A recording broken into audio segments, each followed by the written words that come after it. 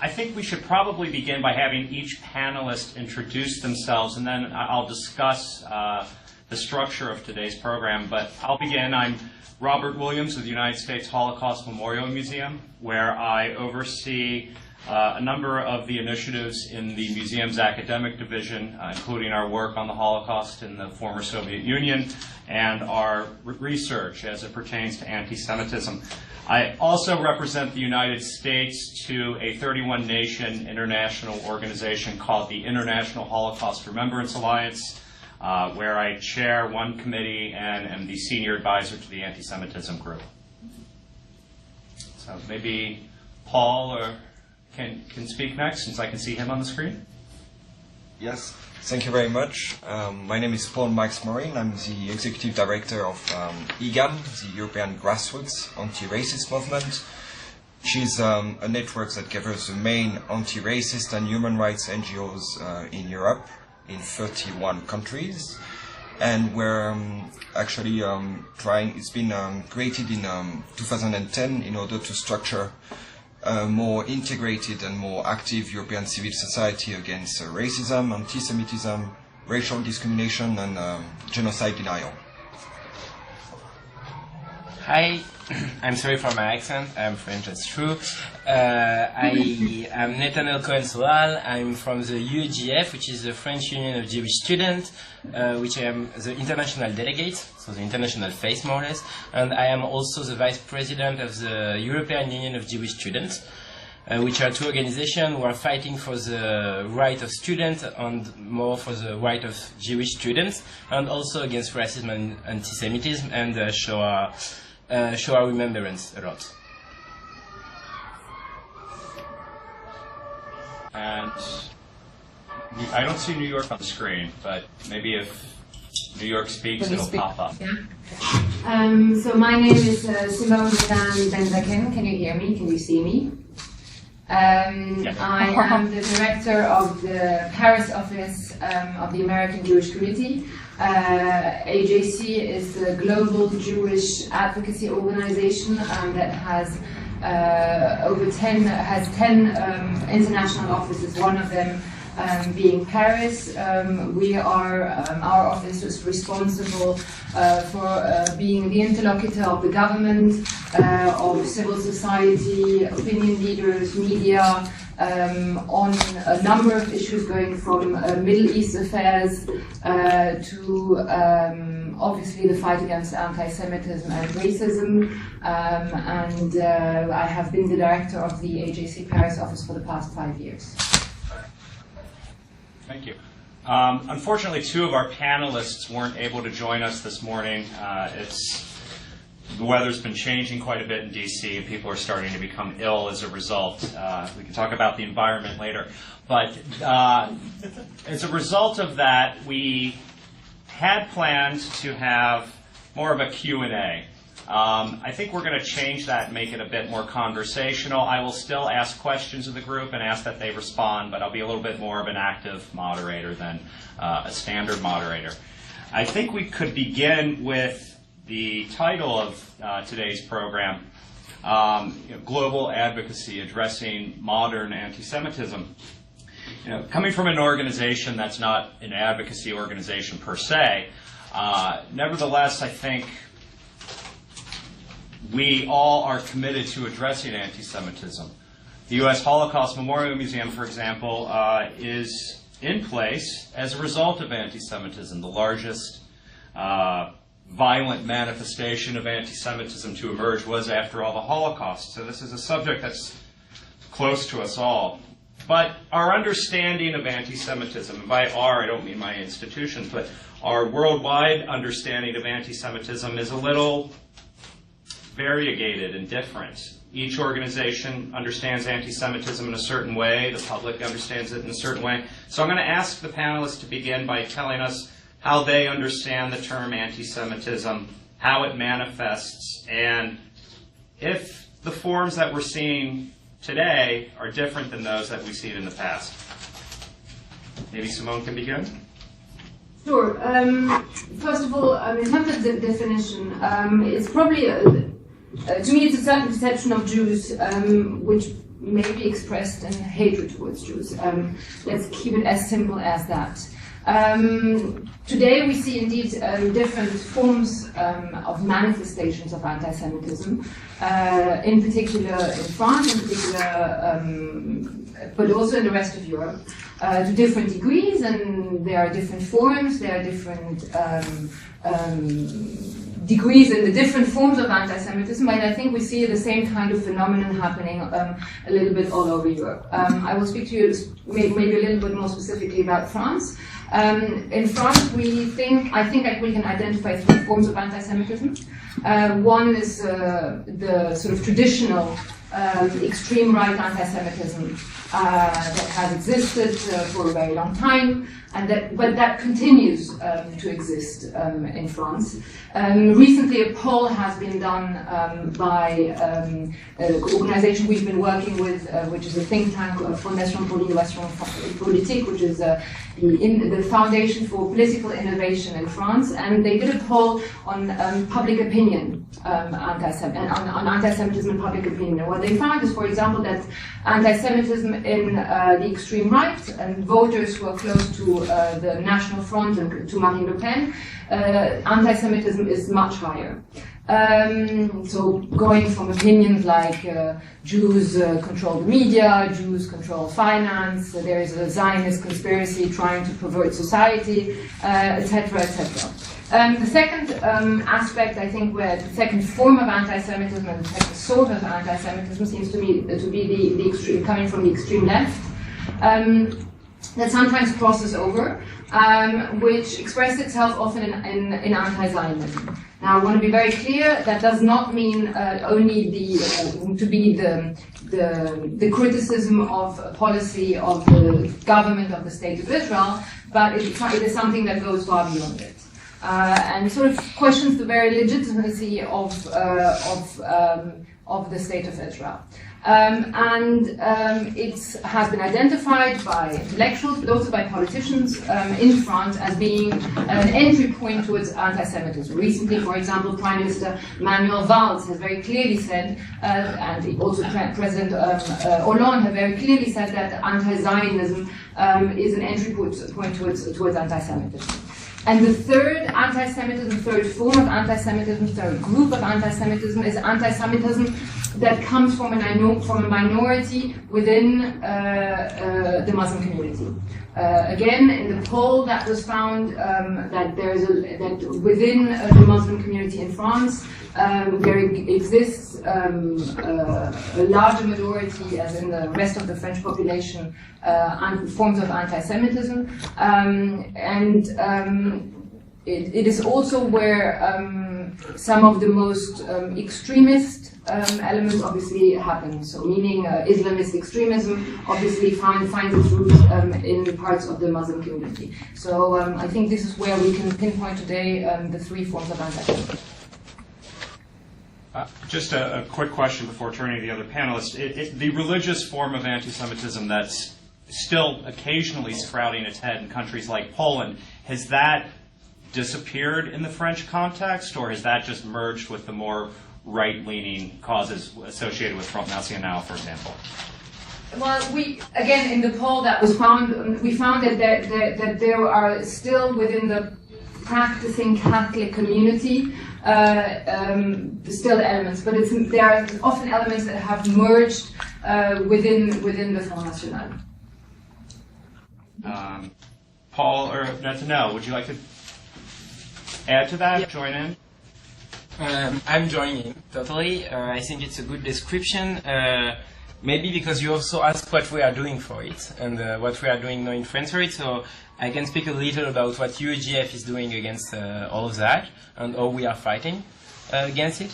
So yesterday we start to make a lawsuit against some of the Front National leaders to accuse them of anti-Semitism. So it's a big lawsuit, and also for the extreme left side, we also lawsuit Dieudonné Mbala. I'm pretty sure you've heard about him, but it's a humorist it's not a humorist. It's a political humorist who is trying with humor to make politics against Jewish, basically. So we also lawsuit him. So in UGF we think a lot that justice is going through the state, and that it's to the state to statute about what's happening. So that's why we are going to a lot of lawsuit cases. We also lawsuit Twitter when there was a big hashtag about a good Jew is, which was always tweeted as a good Jew is a Jew dead, a good Jew is a Jew under the 42, a good Jew is under the Third Reich. So we think that, so we are going a lot under the law cases and under the law, because the French law don't permit the same liberty of expression, let's say, that we have in America. So we take a lot with the French democracy to help us. That's the first thing, and also we are acting a lot with the universities and with the students to speak with them and to talk with them. For example, we have a program we are running for 3 years, which is Israel, which is a program which brings 20 French Israeli students, who are, for most of them, French students who immigrate to Israel. And they're coming to a lot of university and doing a tour of the university to explain what is a Jew and what is also to being Israeli. And that Israeli is not only killing poor Palestinians, but it's also a matter of belief and a matter of fact. I think that these are the two big programs that we have that I can show to you. We'll come back to programs in a little bit, but I do have a question about the university climate in France, for example. Here in the United States, there's been growing concern about manifestations of anti-Semitism on college campuses. Brandeis University had a report come out recently about this. A number of independent think tanks, we'll call them, have also spoken out about this issue. Has anti-Semitism been on the rise at French university campuses, and is it manifesting in the more traditional forms or through the form of boycott, divestment, and sanction campaigns? Let's say that French universities are more or less following the BDS movement. When there are anti-Semitism, when we see anti-Semitism on campuses, it's basically crazy always through the BDS campaign. But with the 11th of January and with all what happened, I think it's from that. That's my personal opinion. But also that we have to see that from the strike who happened and from all the problems who happened 2 months ago, we have less anti-Semitism in the universities. We saw it less, at least, because I saw it less.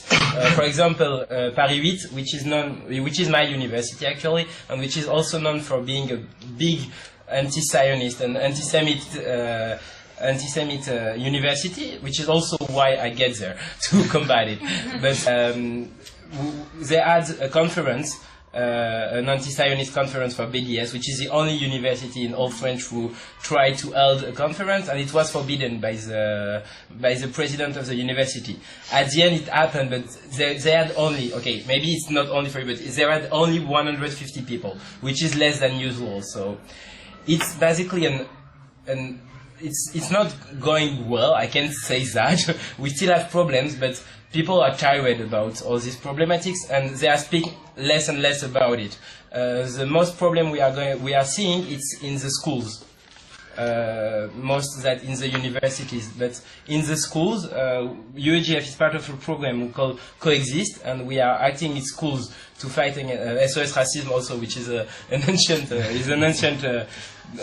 from SOS racism. We are in a program which is going to schools and trying to fight again prejudice and again anti-Semitism and racism in school. And in the schools, it's really hard, and it's going up and growing each day. And the strokes make it worse, because now the children feel more isolated, because everyone's saying I am Charlie, and they saying we are not Charlie, we are more Koulibaly. And it's complicated. No one speaks to them, and it's going really hard against the homophobia is rising like hell. Anti-Semitism also. It's really complicated. They don't feel French. they don't feel Republican, so it's trying to be hard. And Paul, that's actually a nice segue. Going back to the original question, are you, because your organization deals with multiple forms of racism and prejudice, are you finding that this present day, this contemporary anti-Semitism, is a bit different because it is becoming associated with homophobic movements, Islamophobic movements, and others, or is it still rather unique? I agree. Definitely with the kind of typologies that Simon did previously, with this permanence of old anti-Semitism that we've been having in Europe in the last 2,000 years, and a new emerging forms of anti-Semitism that is maybe more popular, linked to the extreme left-wing movement and Islamist and jihadist movements in France. So I agree perfectly with that. What I wanted to add to what she said is all European countries have been witnessing a huge rise in anti-Semitic acts. We're talking about numbers of rise of 30% per year, something like that. We saw multiplication of rates of anti-Semitic acts, but also a radicalization with acts that are more and more violent. Before we were talking about attacks, insults, and now we go directly to murders or pogroms like in Hungary. And there is a specificity in that. It's like when you look at the past 5 years, all the anti-Semitic murders in Europe, except in Copenhagen recently, have been committed by French people, French nationals. That was the case in Toulouse, obviously. That was the case with the Gang des Barbares, with Halimi affairs in the past. That was also the case in Brussels recently, where the guy who did the attack at the Jewish Museum was French. And obviously that was the case recently in January in Paris. And what worries me, and that's when I want to add something to what Simon said, is Simon, is this anti-Semitism, this rising anti-Semitism, you can feel it undercover when you measure the growing indifference of the reaction of the French population, of the European population, or when they have to react to anti-Semitic acts. I remember that in the 90s, for example, when Jewish cemetery was destroyed in the south of France, 1 million people marched in the street. Then, when the Alan Halimi affairs happened 10 years ago, 100,000 people walked in the street. After the Toulouse attack, we were 10,000 in Paris. And after the attacks at the Hypercacher in January, we were 2,000 gathered there in front of the Hypercacher. So obviously there were 4 million people for Charlie Hebdo in the street, but in front of the Hypercacher, when we organized this demonstration, we were only 2,000, and mainly the government and the Jewish community. And there is this growing indifference of the non-Jewish population towards their Jewish co-citizens who are being attacked or victims of anti-Semitism, and they are not recognized as victims. They are denied this status when we're raising the issue of anti-Semitism. It's never a problem. We're always doing too much. They're always whining. We're always whining about anti-Semitism, and it can't be a priority. We always hear that. If I can add something on that, even the political people people from the left, when we had the attack in Toulouse, yes, said that who can say that c'était bien fait pour eux. C'est bien fait pour eux. It's like it's normal. It's normal because look what they are doing in Israel. It's normal that we strike them. And when I arrive in the first time I get to New York, actually, I arrive in the airport and someone say to me, you are French, you are going to a Jewish antisemitism conference, but it's funny because you are yelling against the people who are anti-Semitic and you are doing nothing against the Israeli who are killing the poor Palestinian. So just what? It's also a political problem. It's not only a problem of the population. Even some politics saying, well, it's normal. Yeah, definitely. We are not victims. Yeah, I'd like Simone to jump in just a second.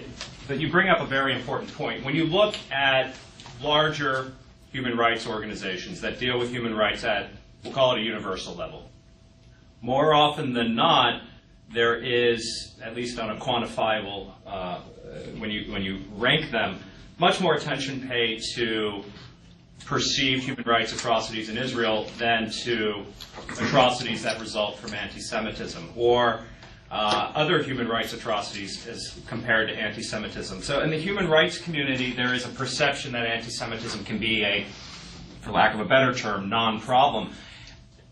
This has seeped into the public, according to some analysts. Do you feel that this requires an educational effort to governments, to larger populaces, to make them understand that, once again, anti-Semitism is a human rights concern? Can I start? Yeah. I can't speak. Who's the question for? Anybody, actually. I was just hoping you could join it back. The screen keeps shifting. Okay. So I'll quickly answer that. I agree with everything that's been said. I think one of the most important things is to make sure, and I agree that there is a certain sense of apathy in French society, that we have today a very strong government, and I think it's very important that we say it. We're not in the 30s. We're not at all in the 30s. We have a government that not only is not anti-Semitic, but is very opposed, very combative, and very clearly outspoken, and very clearly in making it a priority. I mean, it took François Hollande, I think, about an hour to react after the Hyper Cacher attacks, to clearly state that the attacks were anti-Semitic. I know that there has been a little bit of discussion here in the United States, but there was very little doubt about the nature of the anti-Semitic act. The number of speeches by Prime Minister Valls, by the Minister of Interior Cazeneuve, by President Hollande himself, in the importance of combating anti-Semitism have really been very impressive. And I think across the political spectrum, there has actually been a relative sense of cohesion on that. That's one of AJC's really great objectives, is to make sure that anti-Semitism is not an issue for Jews to speak about Jews, about the problem of anti-Semitism, but to make clear to political leaders, to opinion leaders, to the media, that this is a problem for society. That there is, and Prime Minister Valls has said this very, very clearly, that it is not about just being able to protect a minority. That the very values of France, the very values of Europe, are very much at stake. And I even go beyond that the very values of democracy are probably at stake. I mean, what does it even mean for the United States if a country like France, home to human rights, is incapable of protecting its minority today anymore? So it's, I think, something across the elites, across the political spectrum, yes, certainly with exceptions, is understood. One of the big problems I think we have, and this has clearly been described, is that civil society hasn't understood it yet. And I agree. I mean, there is a sense of solitude among the Jewish community that we haven't had tens or hundreds of thousands of people in the street demonstrating against anti-Semitism. Yes, I think that we have a problem amongst, organizations, civil society, human rights organizations, and civil society who sort of don't yet get it. that anti-Semitism is just the canary in the coal mine, that it's probably going to start with that, but it's certainly not going to end with that.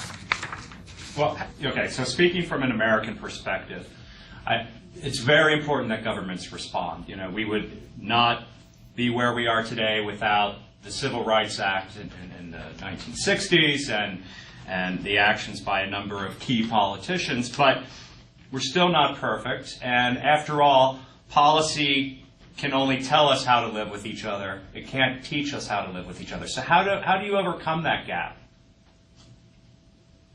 A lot of work needs to be done. I'm not going to answer this question on my own, and I'm probably not going to find an easy solution for that.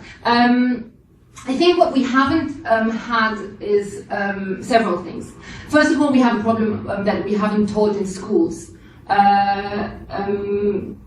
Programs on tolerance, on pluralism, on the other, the religion of the other. For a very long time, I think sort of schools and education thought that you know, anti-Semitism is combated by maybe teaching the Holocaust. While I think it's absolutely crucial to be teaching the Holocaust, I'm not sure it's sufficient. So there's been very, very little thinking about this. The USGF have an incredible program, but it's a program by an organization. It's not a state-run program.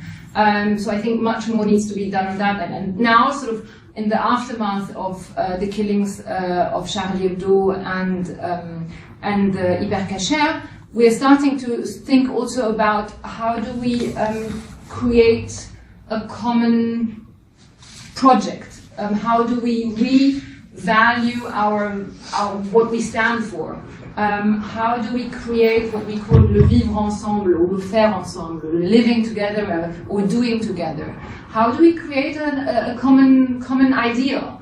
And basically, how do we teach the values that we stand for? I think on the 11th of January, when 4 million people went on the street, we sort of felt that something we stand for is at risk, but it's not defined, and it needs to be defined, and we need to be working towards that goal.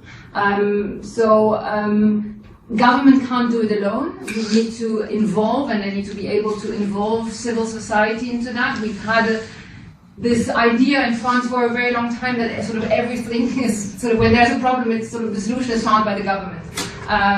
It sort of can get an impulse in schools, through programs, through ideas, but then civil society needs to pick it up, and we haven't had this until now.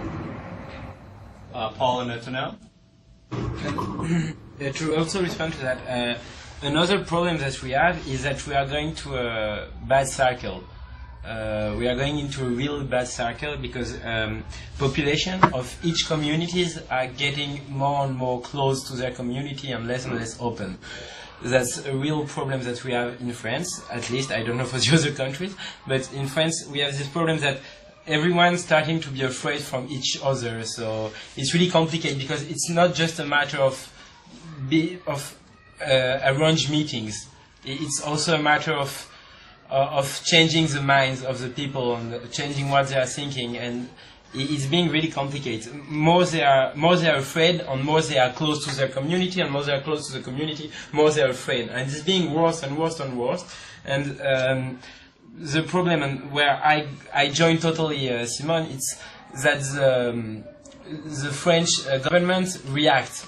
The French government don't act. They don't pre-act.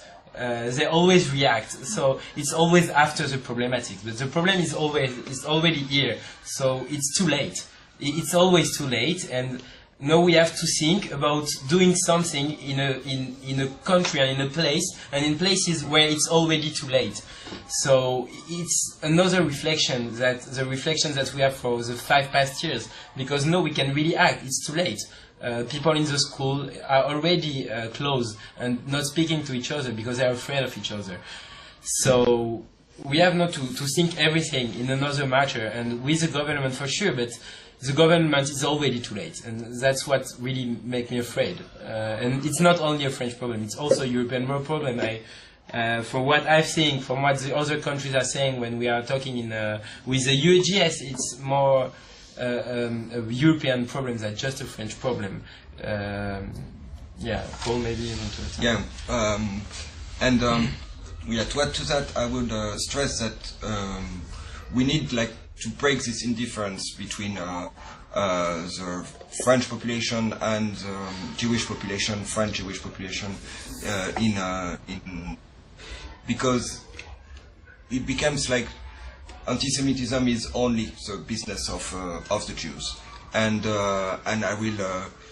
To answer your question, there are many human rights and anti-racist organizations in France and in Europe who don't deal with the issue because they think that the Jewish community will do it itself and that they don't need support and that they are strong enough and they have the political means to deal with anti-Semitism by themselves, so they don't target that. But to add to what Simon said, yes, reaction of the French government was exemplary, but I will just add something. They don't break this indifference in the way that when there is an anti-Semitic act, they only call the Jewish community at the table.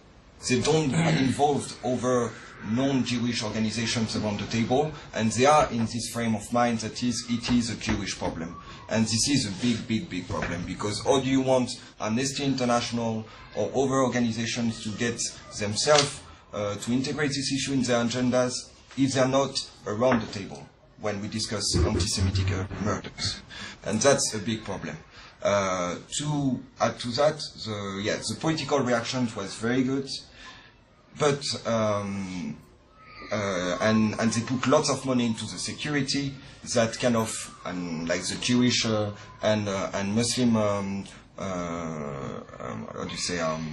buildings were very much protected, and that kind of led to a kind of bunkerization of the Jewish community in France. That is also quite scary, but it's not enough. It's not enough. There is here a whole ideological battle that needs to be addressed, and I don't think they're doing that at the moment. So as he said, they react strongly, they react well, but they don't do the grassroots work. You know?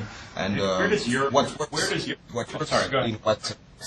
just to finish, what works in what UEGF is doing compared to other organizations is that when they address anti-Semitism, they do it with other non-Jewish organizations, and they also address racist acts that are not anti-Semitic. So when there are attacks against Roma people, when there are attacks against black people, Muslim people, they react and they're with us. So that's why their programs work, because they are not only centered on the Jewish community. Where is Europe in the larger equation? And we should, if possible, take this beyond the French context. The Fundamental Rights Agency obviously speaks out when there are mass acts of violence. Their predecessors tried to promulgate a common understanding, at least at the governmental level, of the problems of anti-Semitism. OSCE, ODIHR, issues reports on a regular basis and looks at issues of anti-Semitism. But there are states within the European Union, I'm thinking here of the Hungarians a little most recently, where there are governments, or at least governmental coalitions, that there's a perception of a threat against the Jewish population. And the EU and the European Parliament just haven't acted. Is there a role, I guess is the core question, is there a role for the European Union to address this across all the member states, or any other international organization? I will go to that because of the work we're doing with UEGS. So I will talk for UEGS now. I know Jane, which is the president of UEGS, get to a big meeting a month ago, which was a European meeting to speak about the anti-Semitism problems. I said, for the past maybe 1 or 2 years, the European Parliament started to really take this question in matters more than ever, and they starting to act. But European government, for what we are saying, they speak more than they do, and it's not only a Jewish problem. Actually, it's also a big Roma problem, because we are working also a lot with the Roma communities, and it's also a big Roma problem, the European racism. So basically, they do more, they speak more than they speak before, but there is no, for what I've known for now, there is no big acts or no big programs. They're giving money sometimes, but sometimes, I say sometimes, they're giving a little few money, but still, they are not, even OCDE, which is doing a lot, they are not acting on the, they are not acting on the field, because they don't know which field to act. I think when Europe will be stronger, maybe they will have European action movements, but for now, European government on each matter basically only speaks about money and speaks about what's happening, but don't do that much. On that, I would add, yeah, I definitely think the European Union has a role to play in that, but it's very difficult because of the mandatory character of, I would say, the non-mandatory character of all the legislations or the policies they're producing. They have a directive against racism and anti-Semitism that only became compulsory for member states in January 2015. So maybe we will see some changes coming. But mostly, the European Union is not a very strong political institution, in which when Viktor Orban in Hungary is allied to the Jobbik party that is anti-Roma and anti-Semitic, they will take a stance, and some commissioners will say things, you know, and they will try to start procedures against the Hungarian government. But they can't do much, because when a member state, when you have, in order to rule the EU, you need a vote for each member state, and so if a member state doesn't want to vote, it blocks the whole system, and then you need to negotiate on climate change and the subsidies for industries and fishing industry and stuff like that, and you need them at the table. So maybe you will forget what Jobbik has been saying. I mean, and no, there is a massive difference compared to last year, is that now at the European Parliament you have 25% of the MEPs who are from far-right parties, including members of the Jobbik, including members of Golden Dawn in Greece, that is more than an extreme right party, that's a neo-Nazi party, with a clear anti-Semitic program, that is using the Frostöcke as a sign, that is distributing Mein Kampf in its meetings. It is very serious. And no, we are working at the European level, like lobbying the MEPs, and we've been doing that for years. The job now is difficult. It is tough because it is hard to reach a majority that is democratic, in which, like, you can put the right wing, the European People's Party, and the Socialists and the Greens together behind the same values. It is hard. It is more and more hard. So I hope there will be in the idea of the EU, you have values, fundamental values that are protective, and you have text and legislation that can be protective, but they need to be put into action. So, Simone, before you answer the question, I'd like to add a sub-question to that for Simone, and that is, you know, first I'd like you to address what the EU, EP, or others can do, but the other is the issue of money, which is also a bit of well, it's a problem. You have the Russian Federation, which of course is not a member of the EU, funding far-right organizations, including Front National and Jobbik, but also undetermined sources of funding going to certain hardline organizations in the minority group within the Muslim communities of Europe. Is there anything that either can be done on the international level or at the domestic level to address this?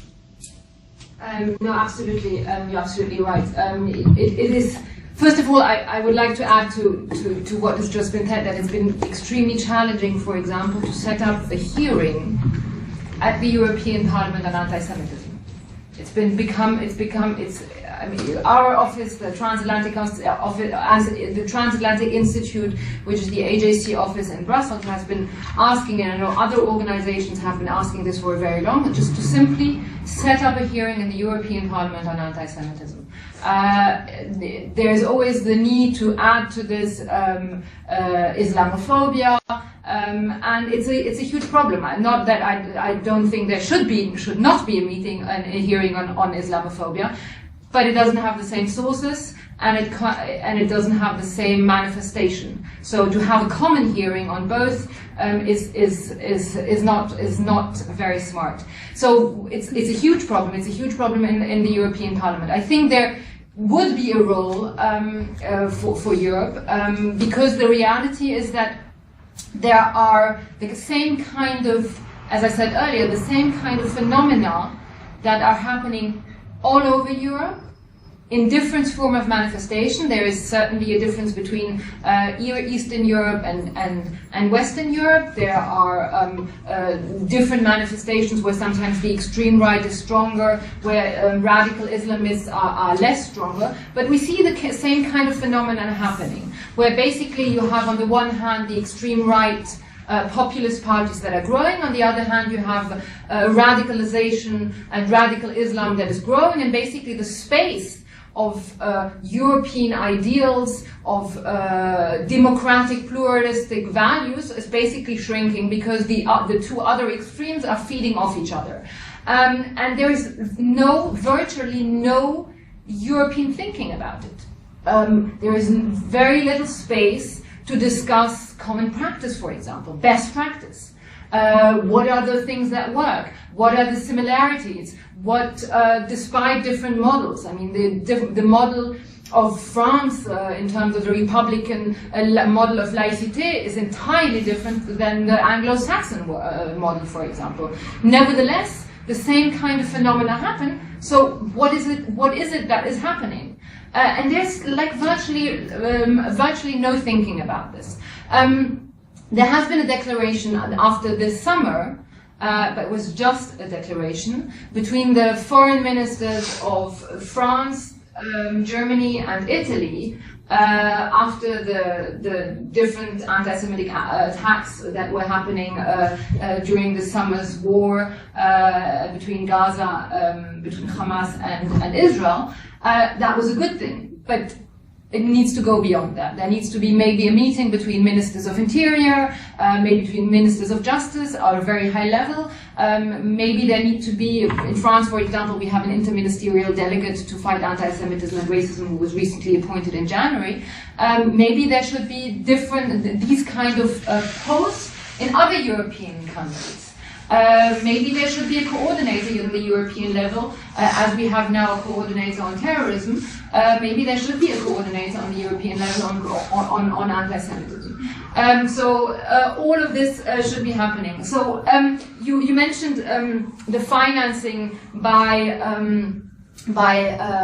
foreign countries of populist and parties and also radical Islamists.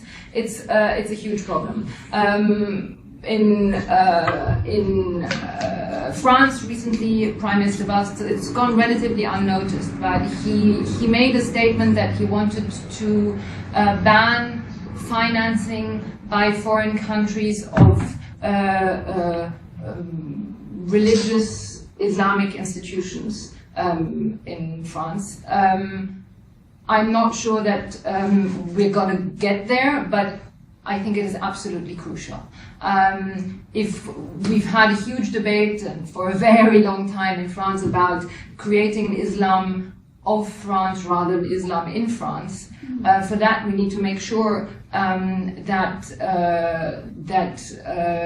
this is created and that funding is cut off from countries who don't want an Islam of France and don't necessarily want an Islam that is adapted to modernity, but a different form of Islam. But there are foundations, institutions, mosques that are financed by foreign countries, and we need to find ways in banning this. The same about extreme right parties being financed by other countries who have other interests. We need to make sure that at the European level this should stop. We only have a few minutes, but because we began late, I think if everyone is amenable, we'll go over the time just a bit. There are two more topics to get to. Maybe we can speak quickly about those. The issue of common cause between Jewish interests vis-a-vis anti-Semitism and racism and other minority and subaltern groups' interests seems to be important. And I'm thinking here of the common cause that was shown between the Muslim community in the Netherlands and the Jewish community in the Netherlands around issues related to ritual slaughter, which appeared maybe 4 or 5 years ago. Are there opportunities for cooperation on at least a micro level that could lead to greater peace, greater multiculturalism, and forgive my particular American take on it, the failures of European democracy deal with multiculturalism? Anybody can answer. I believe European societies are multicultural, and we have societies, especially the ones who have been colonizing half of the world, they've been exchanging with what we could call the overness for centuries, and the migration phenomenon is quite old, and so societies have been shaped by multiculturalism. What is the key, I think, and that's what Simon called the shrinking space between the both extreme sides of the spectrums, in which they feed each other, and in the middle you have less and less Democrats, and more and more people who have hunger, and the key and the solution is how do we reinforce this space that is shrinking? How do we support Democrats, not only in Europe, because the fight is not only here, but in Russia, against people who finance Front National, also in Syria, against the people who fight Daesh, in Mali, against the people who fight ACME, because this is the same ideology behind it. Fighting nationalism in Russia and in France, in Europe, fighting Islamism here and there. It's the same thing. And we need to support politically these Democrats and financially. And the issue of money, as you mentioned it, is huge, because the austerity measures that are hitting Europe right now are very, very serious. The human rights organization, and I know what I'm talking about because I'm talking to them everywhere in Europe, they see their budget cut by 50% every year, and they're firing people, and they can't do anything anymore. And I don't know where the money is going, but it's not going to support Democrats. And this is an issue, because if you start weakening the people who are already weakened politically, if you start weakening them financially speaking, then they can't influence society anymore. And we're losing this battle of values, because this is a battle of values we're talking about.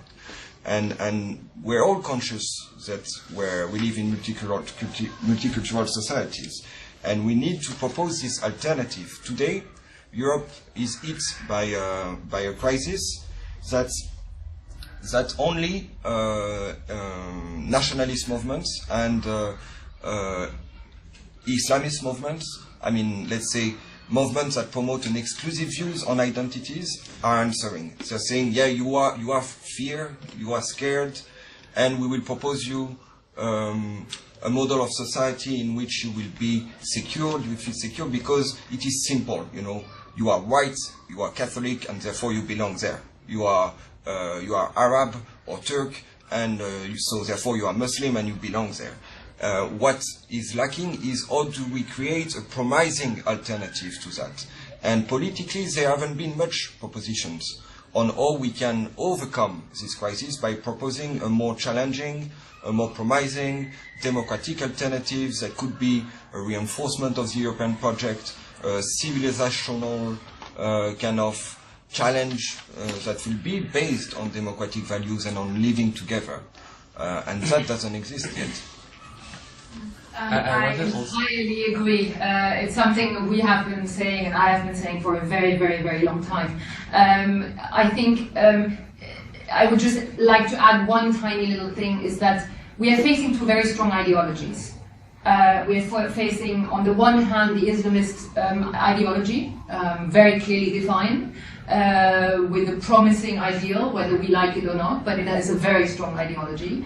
And we're facing, on the other hand, a very strong ideology as well. The problem is that we have no idea who we are anymore. We have no idea what our values are, and we have no idea what we stand for. So it is difficult to combat two very strong ideology with no ideology whatsoever.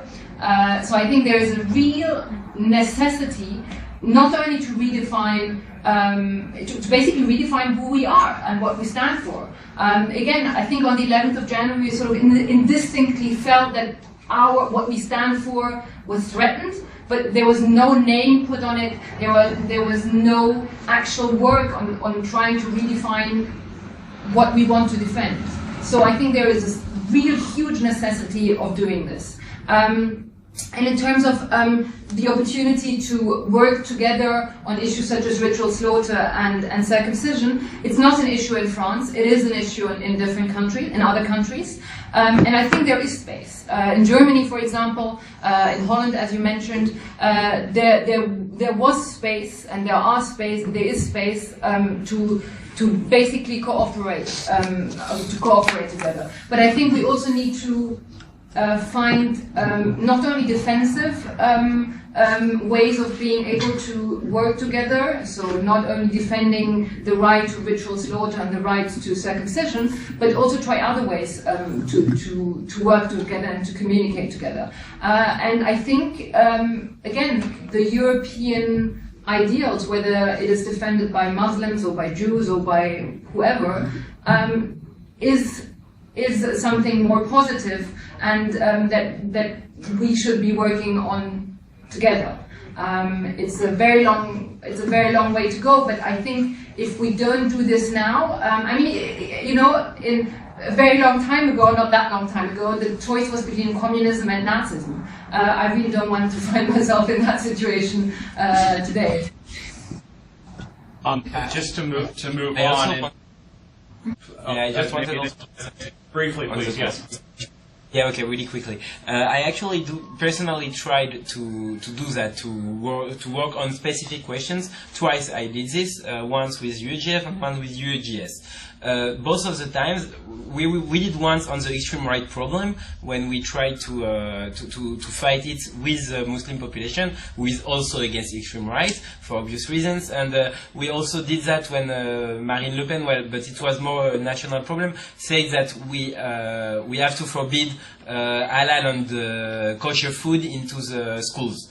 Well, which was two big problems that we were together, and we tried in the both matters to fight together. There is two big problems with this question of fighting together. The first one is the problem of the bois, the bubble. Actually, we are just creating a bubble. We are not resolving a problem. We are creating a bubble where, for really slight time, we are going to work together, and then we are going back to our place, and we never talk together again after. That's something I already.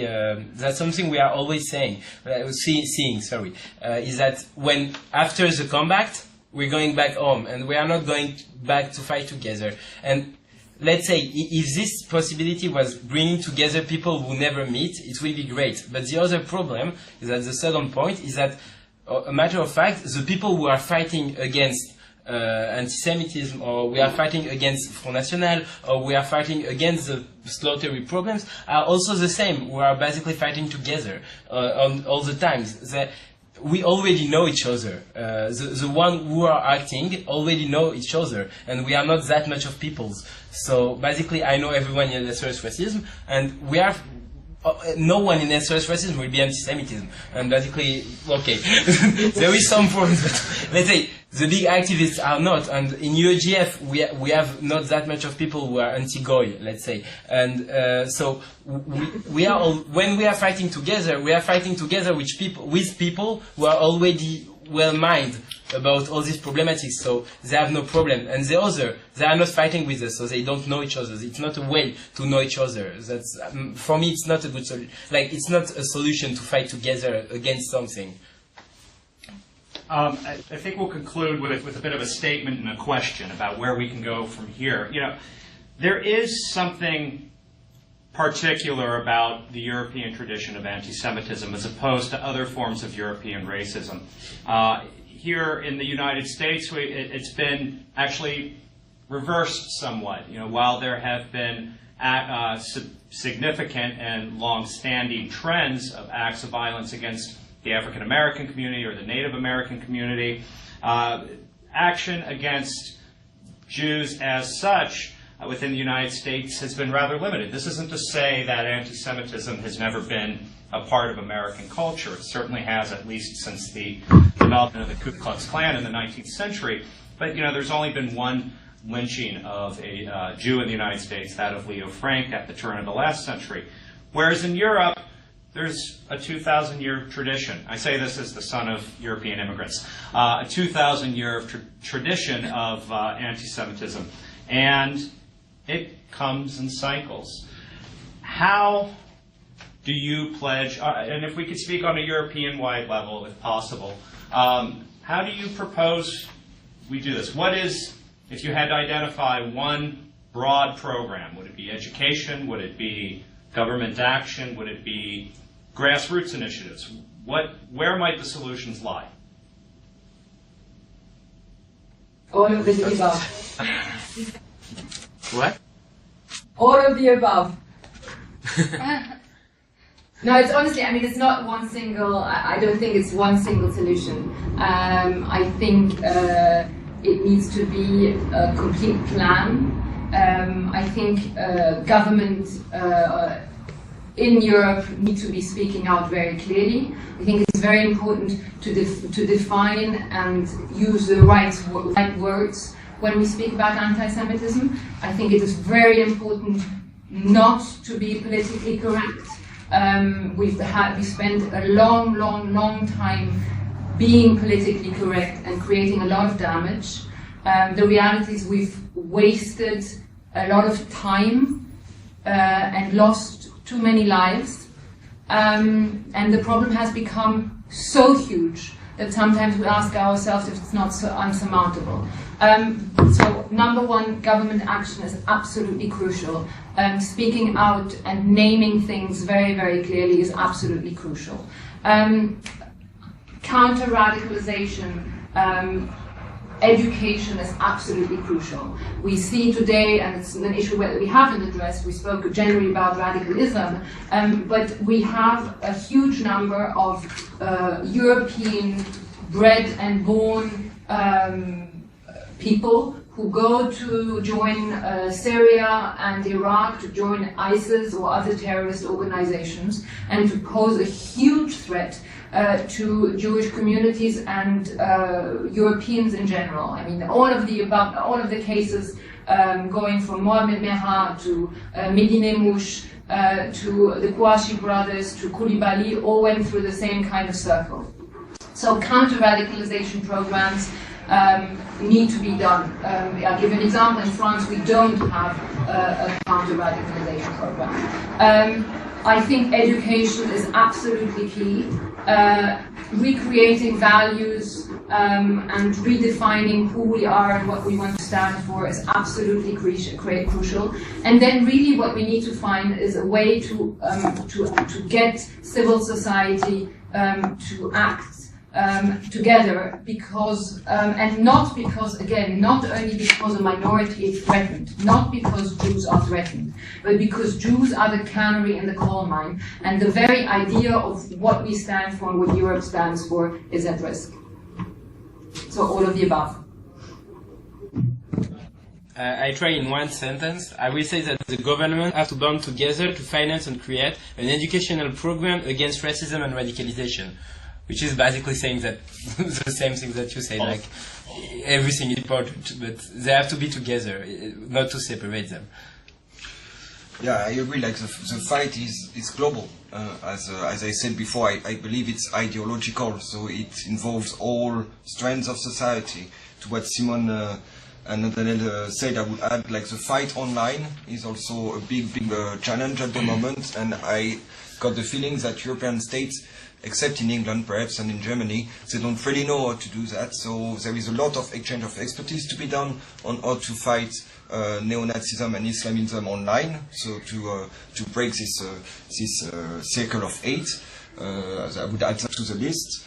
And I will repeat, the protection of the Democrats is important. You have people today who try to install a climate of what they like to call a European civil war, in which, like, the supposedly invasion of Muslims will confront the nationalist white Christian population, and these both groups, they feed each other, and they actually, if you notice that, they never attack each other. Because when Breivik in Norway, he kills people, he doesn't kill Muslims directly. He kills the young socialists, because these people are the barriers that protect minorities. And the Islamists, when they attack, in France, they attack Charlie Hebdo. They attack anti-racist people, left-wing people, secular people. They don't go and attack Front National. They don't go and attack over very famously Islamophobic newspapers like Valeurs Actuelles. Every week it is an Islamophobic cover. They never attacked it. They never mentioned it. They attack people who protect minorities, you know. And so we need to support these people, because not only they don't have money, but they're dying all over Europe. And there is a big issue to support them. Thank you very much. I think we could continue this all day, but for the sake of everyone, I think we'll adjourn here. And this was very interesting. Thank you.